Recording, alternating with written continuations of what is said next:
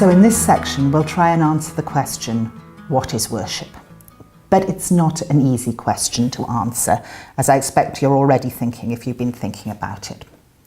So let's imagine, to start off, imagine you're coming out of church on a Sunday morning. This is Walwyn's Castle. It's one of the churches that I serve. It doesn't usually have the horses there. But if you wanted an answer from the horse's mouth, this is where you'd find it for me. Boom, boom. So we're in Walwyn's Castle on Sunday morning. We've come out of church and there's a stranger there, someone we don't know.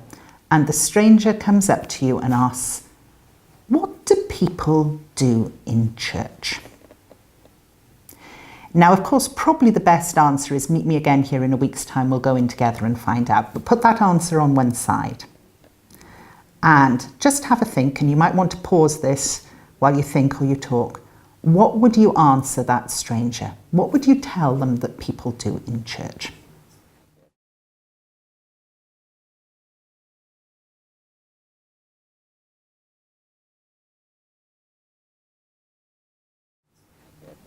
So you're back from your pause. My guess is that your answers have been of two types. One type would be a long list of, we say prayers, we sing hymns, we have communion services, sometimes we have coffee, occasionally we do this, sometimes we do that. A long list of little bitty things. Or some of you will have taken the big overview and said, we worship God. So let's imagine you've taken the big overview answer and said, we worship God.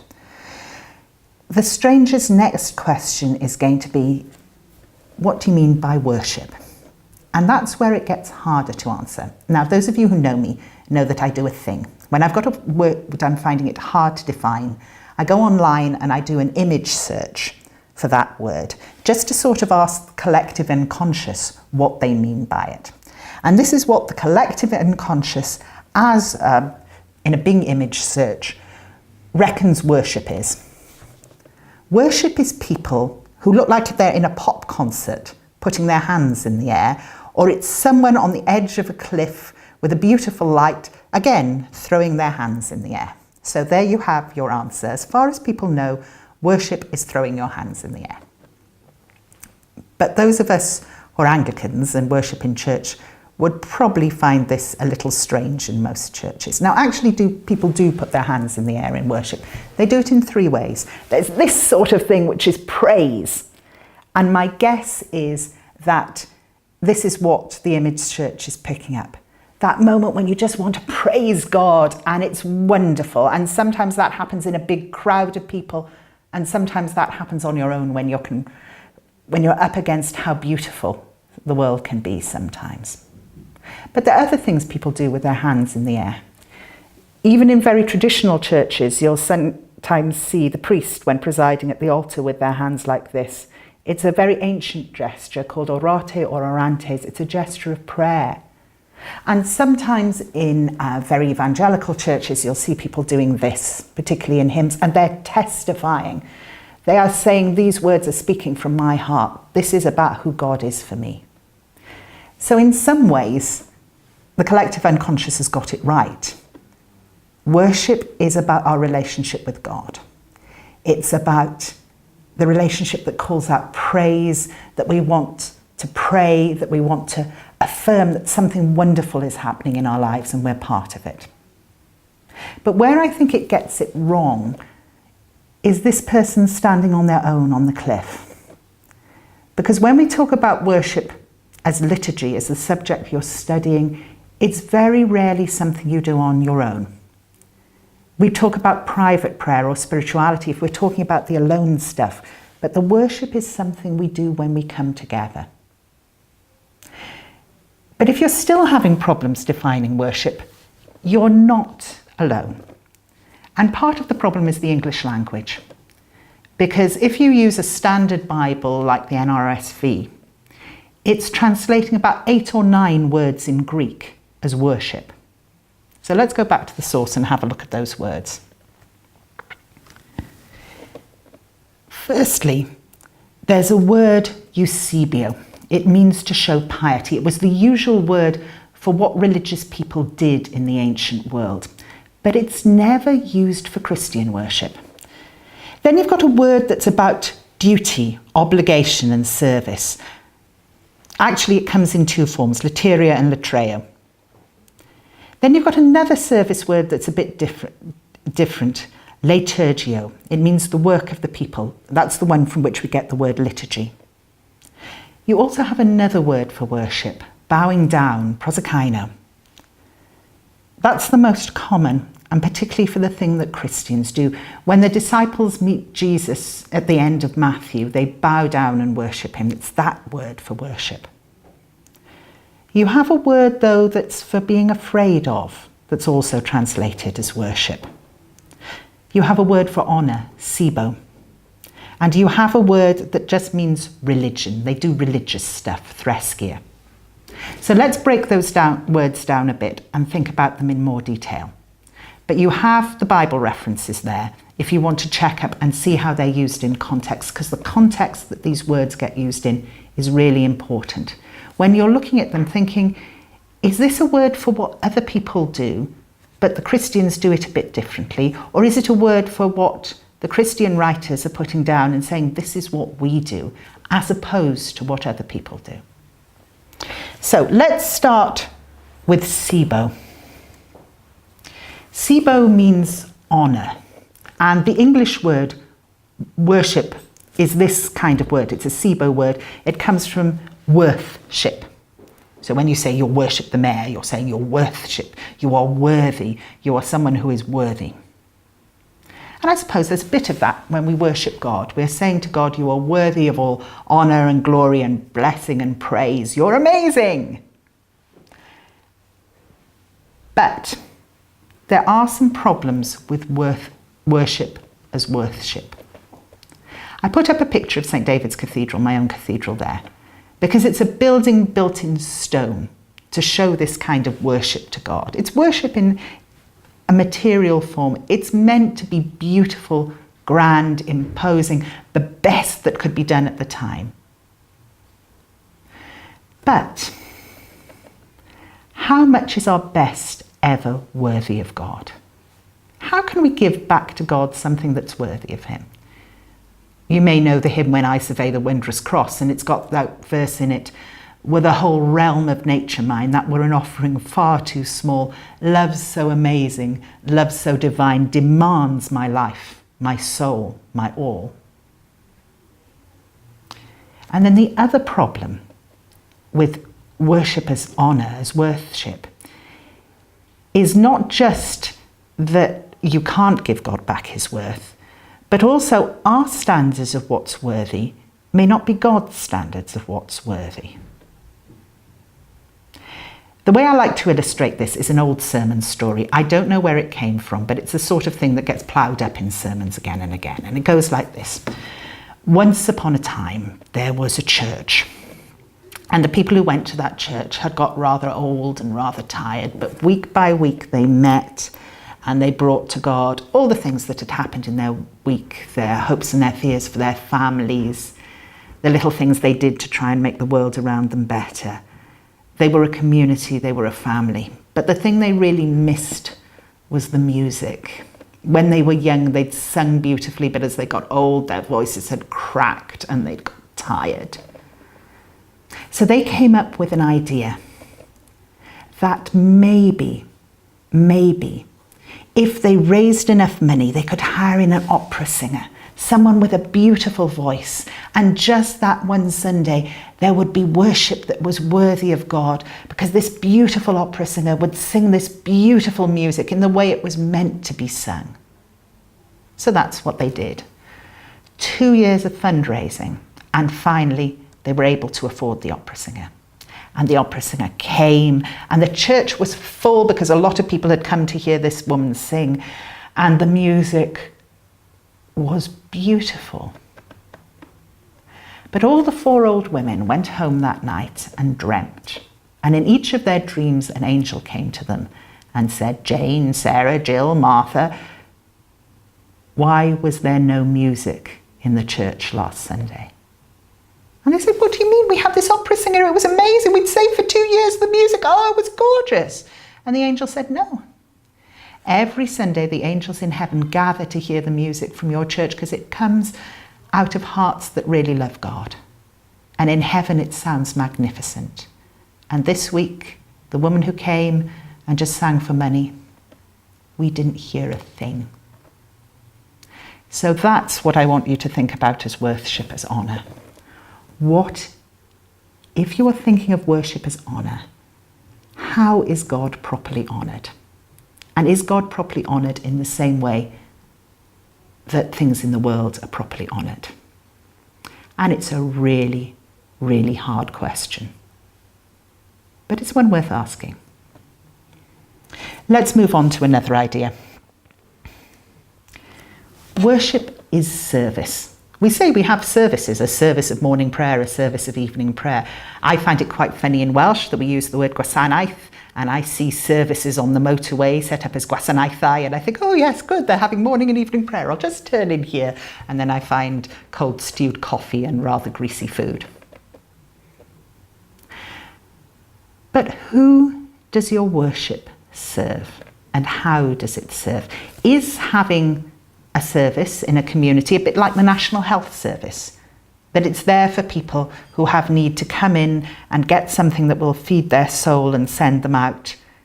But how does that work? And if we only do worship that makes us who go feel good, how is that serving the whole community? How is that washing other people's feet?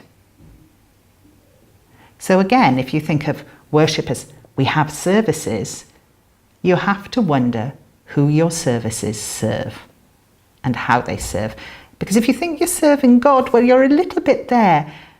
But the truth is, God could survive if you didn't have your services. But what would you lose if you didn't have them?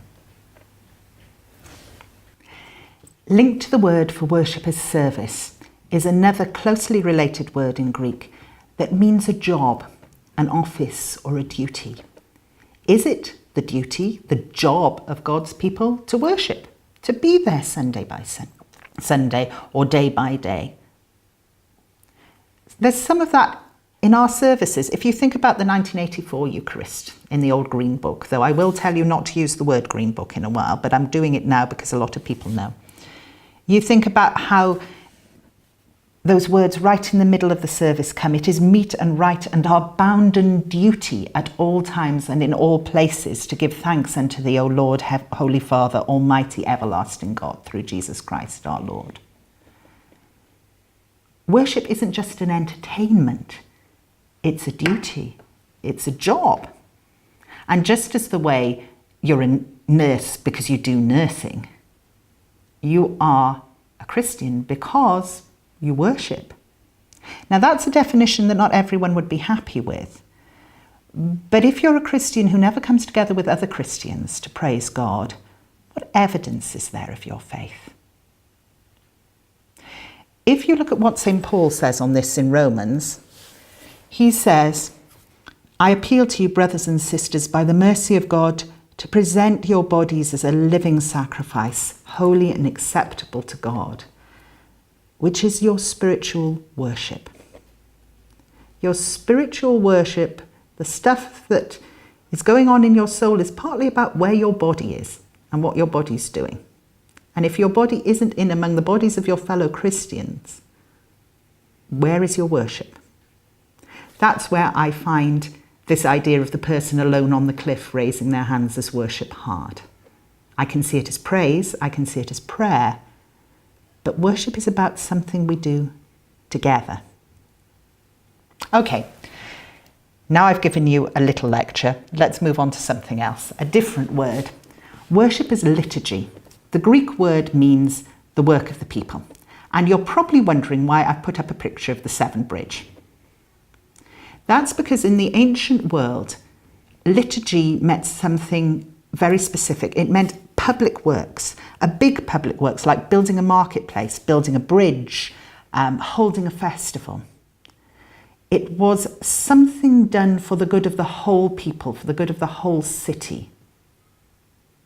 And you can think of worship as liturgy, as the work that Christian peoples do. That's a bit like the office and duty part of worship, but also as somehow as public works.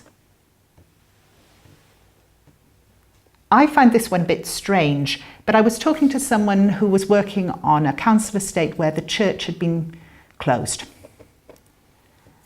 And she's gone in as a pioneer minister there, and was saying how the closure of that building had somehow taken a light out of that community that people who didn't even worship there felt. They felt that God had abandoned them at that moment, and it had sort of been the final nail in the coffin for that community. I don't know how you're going to take to that one, but that's one worth thinking about too. Let's move to something that you might be a bit more comfortable with. Worship is bowing down, prosokino. I love this picture. It's probably from an ordination service in America. And at Roman Catholic ordinations, there's a moment when the candidates prostrate themselves. They lie flat down, completely abandoned to the will of God. I like it and I find it funny because they're so certain this person will have a moment in worship where they feel they've got to bow down completely before God, that they've put a nice little mat there for him to do it. It's even more funny because it's an Islamic prayer mat at the same time. So as an image, I just think it's great fun. But what is there in worship that's about bowing down? Now, it's very un-Anglican to think about throwing yourself flat on your face in church. It just doesn't happen. But there are moments in worship where you feel yourself drawn into the presence of God and you just want to respond somehow. And it might be flinging your hands in the air or flinging yourself flat on your face, or it might just be getting very, very quiet and feeling something move in you and feeling that all your pride is brought low and you're in the presence of something greater and more wonderful. Now that for me is the heart of worship, and I'm very pleased that it's the most common New Testament word for worship. But of course it doesn't happen all the time, so sometimes perhaps it needs to be balanced by the office and duty stuff. You turn up in the hope that it'll happen, and sometimes it does. But there are also in the New Testament words that never get used for worship, or rather only get used for the sort of worship other people do. One of them is a word for fear. Now, I'm going to pronounce this horribly, so don't show this to Jeremy Duff because he's the Greek expert and he's going to wince at my Greek pronunciation. But sebazomai, we're not there to be made afraid of God or afraid of ourselves or afraid of other people. That's not Christian worship. That's something very un-Christian. Though there are times I know when you probably turned up in a church and you felt very uncomfortable and very afraid because you don't understand the rules. When that's happening, we've probably moved a little from what we mean by Christian worship. There's another word, the usual word for what religious people did in the ancient world, eusebio, piety. This sort of piety thought of religion as a bargain with the gods. You did something for the god, like give a sacrifice, and the god would probably do something for you. And there's a lot of that still out there in the world when people say, look, I go to church every Sunday, why does something bad happen to me? But our worship is not a bargain with God. How could we bargain with God? God doesn't need anything we give, though God rejoices in our love and praise. He doesn't need it. So what we're doing isn't a bargain with God. It isn't earning us brownie points. It isn't making us somehow better than the world around us, though it might through the grace of God, but that's a different process. It's not piety. It's not eusebio. And the last word, threskia, it's used just once in Colossians for the religion of angels as a sort of strange, obscure religious system. We're not there to perpetrate a strange, obscure religious system, much as those of us who love it would like to. It's about worshipping the living God, and that's going to break through all the boxes we try and put God in. Now, over to you. That's a lot of information, so just give yourself some time to let it settle down, maybe go back through it and think about a really good experience you had of worship and what made it so good. Was it the quality of the worship Was there an element of that SIBO, of that honour, of that worship going on? Was it the change it made in you or in other people? So it was something about this service thing. Was it how it served a community or expressed a community? Was it liturgy? Was it about that closeness to God, that prosokino, that bowing down? Or was it something else entirely? What is worship for you? Don't worry if you can't answer it now. You're exploring that question all the way through the module. But if you can work out what your own prejudices are to start with, you'll be in a better place to open yourself to the stuff that other people can tell you about worship.